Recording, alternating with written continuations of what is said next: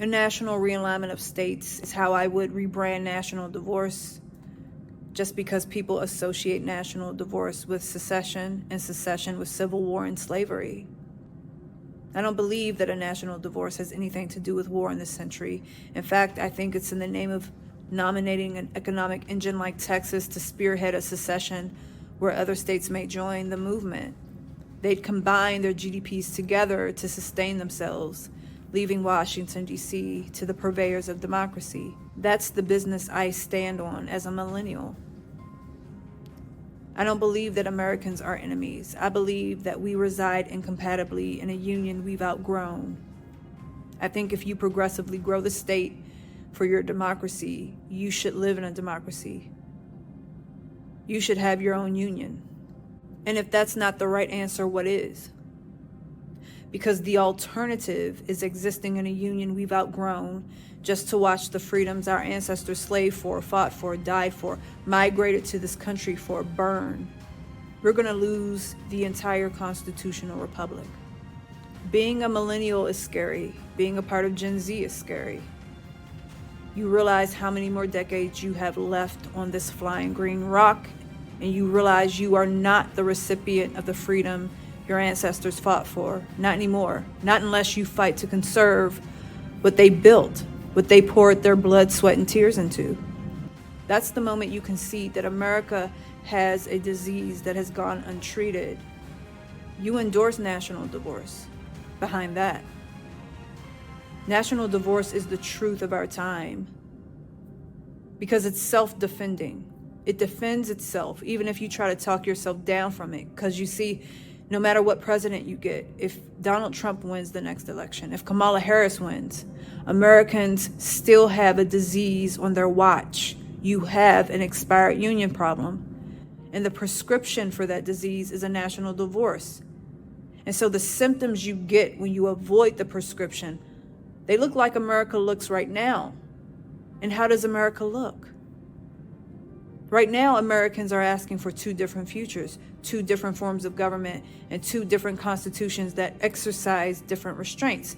We have incompatible freedom orientations, and that's just a fancy, sophisticated, political, sciencey way of saying your union has expired. The American experiment has died on your watch, and that's scary. What's scariest is that you're not addressing it. You refuse to.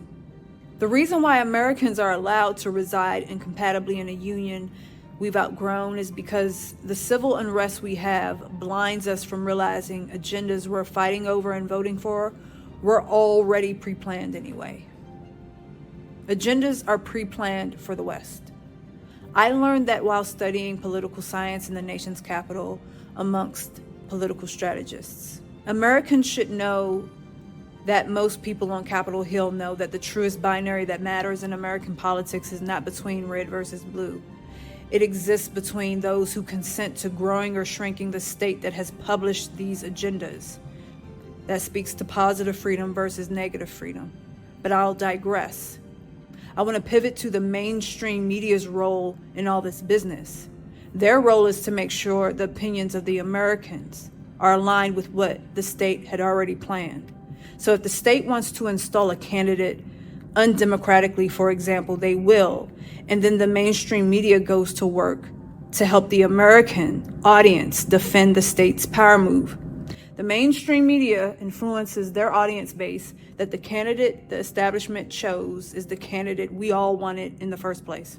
The nearest proof of this claim is the now Democratic candidate who replaced Joe Biden.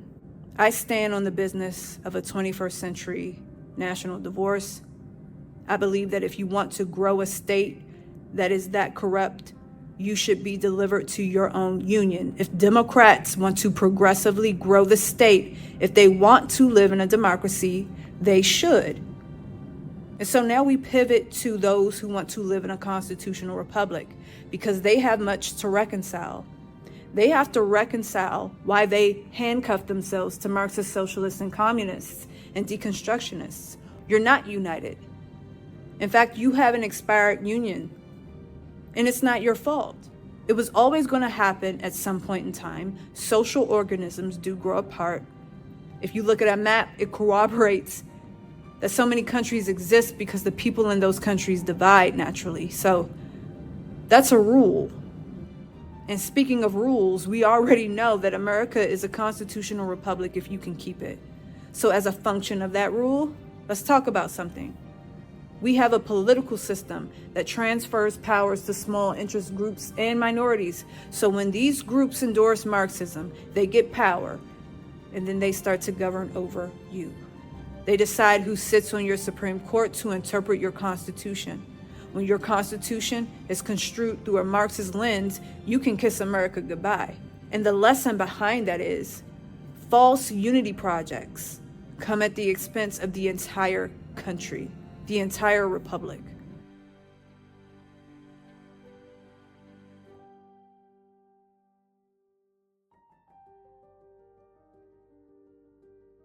America needs to get back to a place where we can disagree on life, liberty, and happiness. National divorce is not to make us all the same. We have to find political dynamism again. That's what we need. A healthy social organism should have political dynamism. So I endorse national divorce for the fact that the political dynamism we need is lost. We have to regain it. We need to get back to disagreeing, because right now Americans have nothing to disagree on because we aren't arguing over how to reach the same destination. We don't want the same destination, and that makes all the difference. As a social organism, here are the facts. We have no consensus on the fundamental things we must have consensus on to remain healthy and strong and compatible. We need consensus on where our government's natural station should be, and we don't have it. We need to know and agree on what our Constitution should restrain, the government or the citizen. So when you lose that consensus as a country, you spin out of control, you attract a tyrant class that will put you in their control. And for this reason, I stand on the business that when Americans reside incompatibly in an expired union, you are lethal together because you attract the tyrant class. You smell like you can't defend yourself from tyranny because you have too many incompatible interest groups. And that should sound familiar because that's what we're going through right now as a country. Our clocks are being cleaned. So if you're making politics into a gladiator sport, understand you're playing games with your life now. Politics is personal today. It makes the difference between being sent to a re-education camp or being persecuted because someone perceives you to be a threat to their democracy. You can have your resources terminated. I mean, come on. Politics is personal. It shouldn't be, but it is now because we reside incompatibly in a union we've outgrown.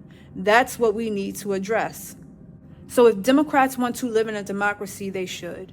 It is the highest moral cause of our time to deliver people to their own inventions and philosophies and unions in the name of peace.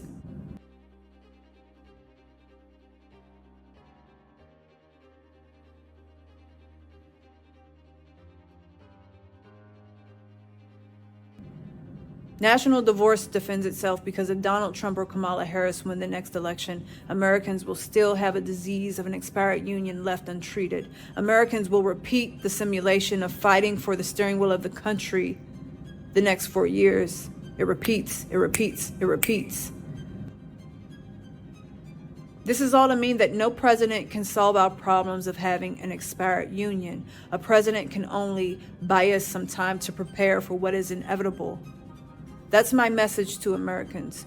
You don't need reaction artists right now. You need divine intervention.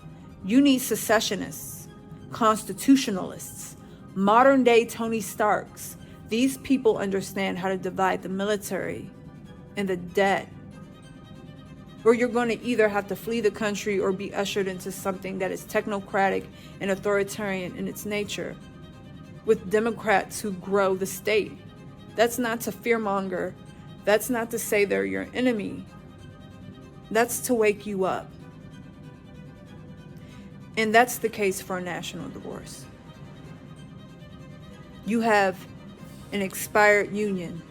It took a little more than 200 years for the American experiment to conclude. And if you don't address your disease, you're going to spin in chaos, and a tyrant class is going to absolutely body you, and you're going to be surrounded by people who grow the state. You will lose everything your ancestors built. You lose the republic.